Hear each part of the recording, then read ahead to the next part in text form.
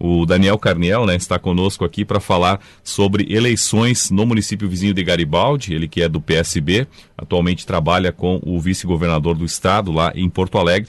Mas essas mobilizações e movimentações, Daniel, aí em Garibaldi, né, o que o PSB então está se mobilizando? Já começa suas movimentações para este ano de 2012? Pois é, esse ano é um ano eleitoral, as mobilizações já estão acontecendo já desde o final do ano passado.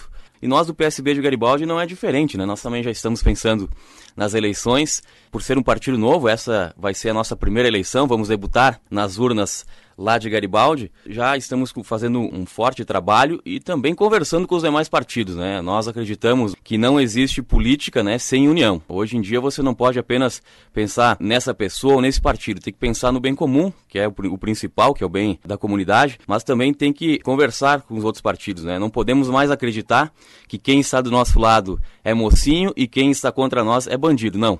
Mas existe essa vontade de, quem sabe, colocar nomes para essas duas? Existe sim, estamos pensando sim, já estamos trabalhando, já existem pré-candidatos nossos a vereador, mas também trabalhamos com essa hipótese, essa possibilidade de termos candidato a prefeito. Estamos conversando com o PT, o Partido dos Trabalhadores, que já estamos juntos no governo estadual, também estamos conversando com o Partido Progressista, o PP, com o PTB de Garibaldi também há conversas, PPS, e demais partidos, mas já ventilaram alguns nomes aí para o PSB concorrer com um candidato próprio, mas achamos ainda, Dayan, que é prematuro, né? Porque só temos um ano.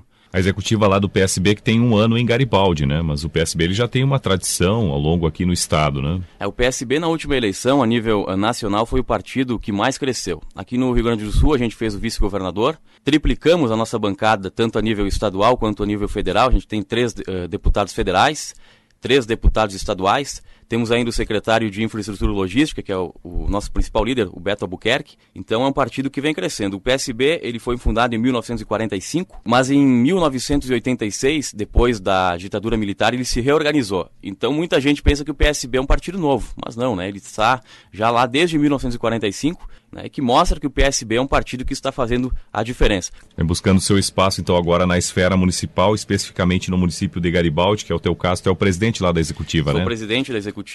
Também nós temos a vice-presidente, a professora Marisa Brandelli, o secretário Marcelo Trindade. Marcelo é procurador do município lá de Garibaldi, né, advogado, mas reside aqui em Carlos Barbosa, né? Essa família reside aqui em Carlos Barbosa. Até porque as duas cidades, né, são co-irmãs, né? Tem uma integração história, muito né? grande, né?